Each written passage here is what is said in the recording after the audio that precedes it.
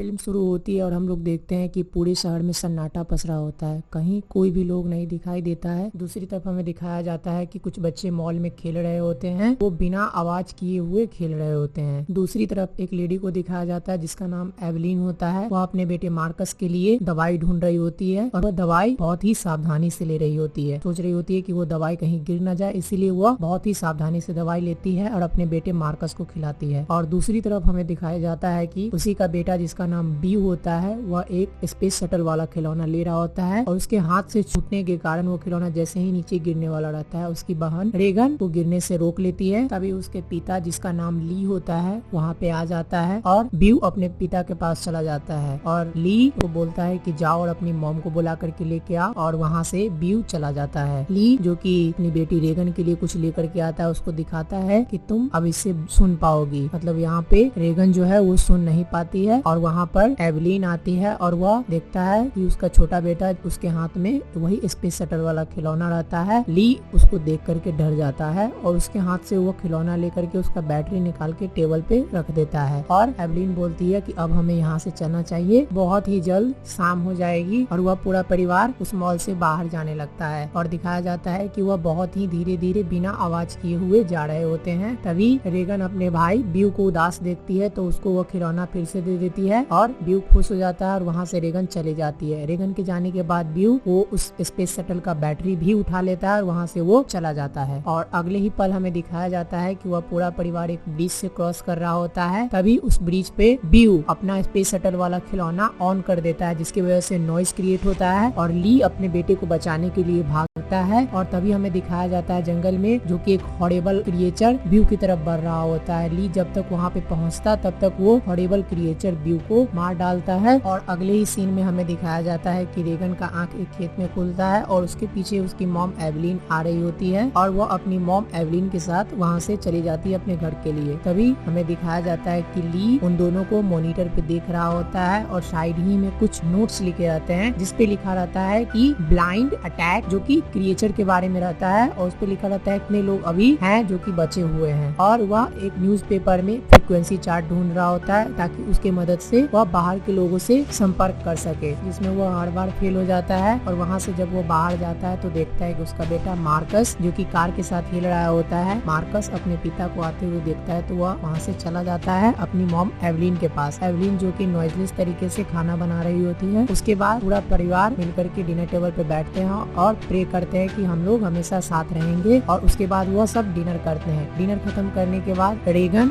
और उसका छोटा भाई रेगन और मार्कस आपस में खेल रहे होते हैं। तभी मार्कस का हाथ लगने की वजह से वहाँ पर रखा हुआ लैंप गिर जाता है और वहाँ पे आग लग जाती है जिससे बहुत ज्यादा नॉइज क्रिएट होता है। और तभी ली आता है जल्दी से और एक कपड़े से उस आग को बुझा देता है। फिर वह ऊपर देखता है और बच्चों से चुप रहने के लिए कहता है। फिर अचानक ऊपर रखा हुआ लैंप भी हिलने लगता है जिसकी वजह से ली डर जाता है और मार्कस साइन लैंग्वेज में ही ली से माफी मांगता है क्योंकि वो सब उसकी वजह से हुआ रहता है। तभी ली बाहर देखता है तो वहाँ पे वही क्रिएचर रहता है, लेकिन अब वह आवाज नहीं सुन पाने की वजह से वहाँ से वापस चला जाता है और इस तरह से सबकी जान बच जाती है। फिर ली अपने कमरे में वापस जा करके अपनी बेटी रेगन के लिए हियरिंग एम्पलीफायर बनाने लगता है जिससे रेगन दोबारा सुन सके। और अगले ही दिन दिखाया जाता है कि ली घर के रास्तों पर सैंड डाल रहा होता है। तभी रेगन दबे पांव बेसमेंट की तरफ जाती है और उसको कोई पीछे से खींचता है। रेगन बहुत डर जाती है और वहाँ से भागने लगती है, लेकिन उसके फादर रहते हैं और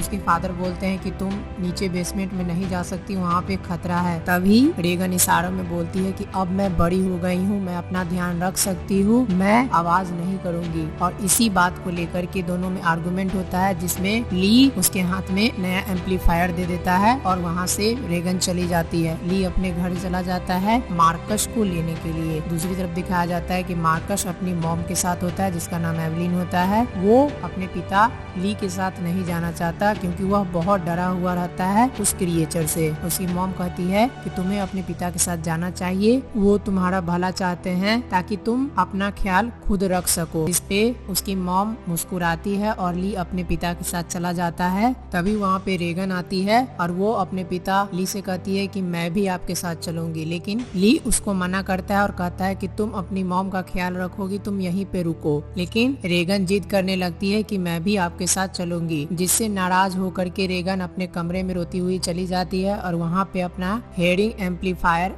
अपने कान में लगाती है, जिसके आवाज से उसके छोटे भाई की याद आ जाती है और वह रोने लगती है, जिसे उस क्रिएचर ने मार डाला था। और रेगन अपना बैग निकालती है बाहर जाने के लिए। और दूसरी तरफ हमें दिखाया जाता है कि ली अपने बेटे मार्कस के साथ एक नदी के किनारे पहुंचता है और वहां पे उसे वह मछली पकड़ना सिखाता है, जिसमें से ली एक मछली पकड़ भी लेता है और वह मार्कस को दिखाने के लिए बाहर लाता है, तो वो मछली ली के हाथ से छूट जाती है, जिससे मार्कस डर जाता है और ली उसको रोकता है और इशारों में ही कहता है कि यहाँ पे दरिया का आवाज ज्यादा है और वो क्रिएचर यहाँ पे नहीं आ सकता है, तुम घबराओ नहीं। और अगले ही सीन में दिखाते हैं कि रेगन कहीं अकेली जा रही होती है और घर का सीन दिखाया जाता है जहाँ पे एवलीन क्लॉथ को वॉश कर रही होती है। उसके बाद हम लोगों को दिखाया जाता है कि मार्कस और ली दोनों एक झरने के किनारे जाते हैं और वहाँ पे दोनों पहली बार आपस में बात करते हैं। ली बोलता है कि तुम ठीक हो। उसके बाद मार्कस अपने पिता से सवाल करता है कि आपने रेगन को यहाँ क्यों नहीं आने दिया, क्या आप ब्यू के साथ जो भी हुआ उसके लिए रेगन को जिम्मेदार मानते हैं? तो उस पे ली बोलता है कि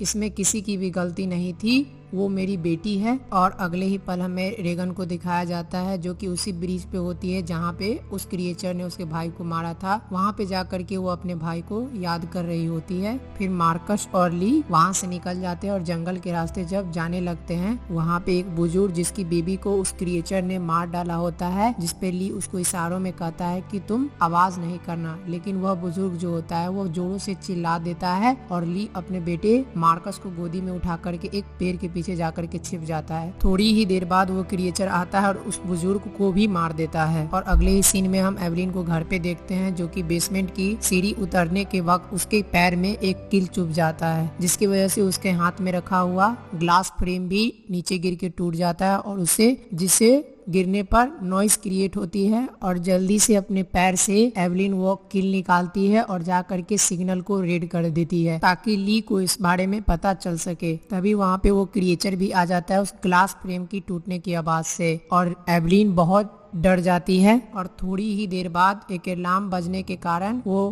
क्रिएचर वहाँ से भाग करके उस अलार्म के पीछे चला जाता है और वहाँ पे ली को देखते हैं जो अपने बेटे मार्कस को कहता है कि तुमको जा करके वहाँ पे वो फायर वर्क्स जलाना होगा। ली अपने बेटे मार्कस को एक टॉर्च भी देता है और मार्कस वहाँ से दौड़ता हुआ फायर वर्क्स जलाने के लिए वहाँ से चला जाता है। तभी हम देखते हैं कि वह क्रिएचर एवलीन को बेसमेंट में ढूंढ रहा होता है और एवलीन जब बाहर निकल रही होती है तो देखती है कि वो क्रिएचर वहाँ पे खड़ा होता है और वो अपने साउंड सेंसेस को यूज कर रहा होता है एवलीन को ढूंढने के लिए। तभी मार्कस जल्दी से वो फायर वर्क जला देता है, जिसके कारण वो क्रिएचर वहाँ से भाग करके उसके पीछे चला जाता है और मार्कस डर करके खेत में भाग जाता है और वो क्रिएचर मार्कस के पीछे पड़ जाता है। तभी वहाँ पे रेगन आ जाती है और उसके कान का एम्पलीफायर बहुत ही अजीब आवाज करने लगता है, जिसके कारण वो क्रिएचर वहाँ से भाग जाता है। और रेगन जब नीचे देखती है तो वहाँ पे टॉर्च गिरा रहता है। जैसे ही वो टॉर्च उठाने लगती है तो उसका कोई हाथ पकड़ लेता है, लेकिन वह मार्कस रहता है। फिर दोनों भाई बहन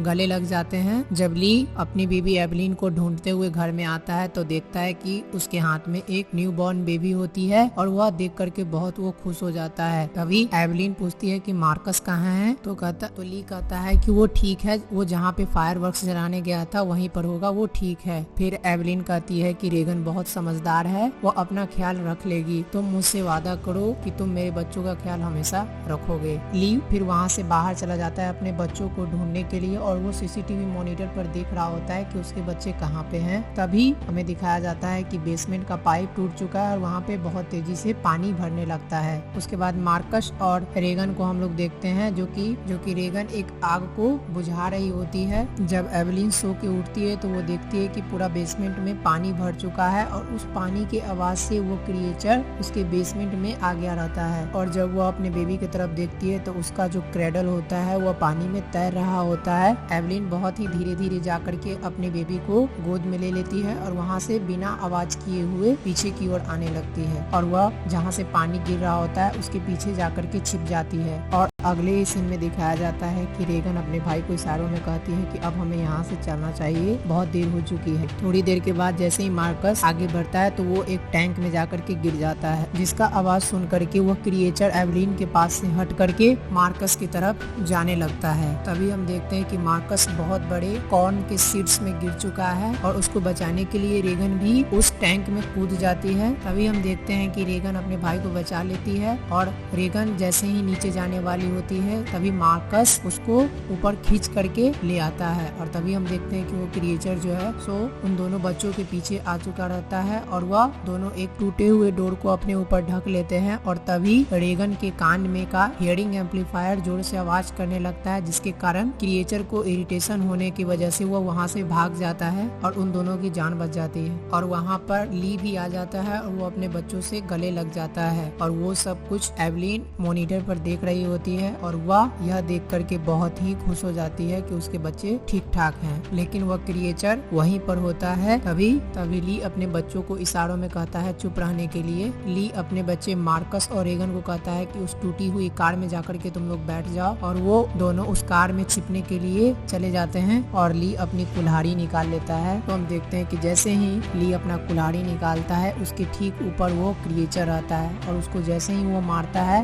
उसको बहुत जोर से वो क्रिएचर बहुत दूर फेंक देता है और ये सब मार्कस देख रहा होता है और जैसे ही देखता है तो बहुत जोरों से डैड कह के चिल्लाता है, जिसकी वजह से वो क्रिएचर उसको सुन करके उसके पीछे भागने लगता है और वो क्रिएचर उस कार को बहुत जोरों से हिलाने लगता है। उस कार के आगे का शीशा फोड़ देता है। ली जख्मी हालत में उठता है और वह इशारों में ही अपनी बेटी रेगन को कहता है कि वो उससे बहुत प्यार करते हैं, मेरे जाने के बाद तुम सबका ख्याल रखोगी। उसके बाद ली जोरों से चिल्लाता है, जिसकी वजह से वो क्रिएचर ली को मार देता है और अपने बच्चों को बचाने के लिए वो अपनी जान दे देता है। और दूसरी तरफ हमें दिखाया जाता है कि रेगन और मार्कस अपने घर वापस चले आते हैं और एवलिन उसको गले से लगा लेती है और वह उन दोनों को घर में लेकर के चली जाती है और रेगन अपने पापा को याद करके रोने लगती है और एवलिन का न्यू बेबी मार्कस के गोद में होता है। तभी वहाँ पे वो क्रिएचर पहुँच जाता है और उस क्रिएचर की तरफ गन पॉइंट कर देती है और वो क्रिएचर उन लोगों का आवाज गौर से सुनने की कोशिश कर रहा था। तभी वहाँ पे रखा हुआ रेडियो बजता है और वो उसको फोड़ने लगता है। तभी अचानक से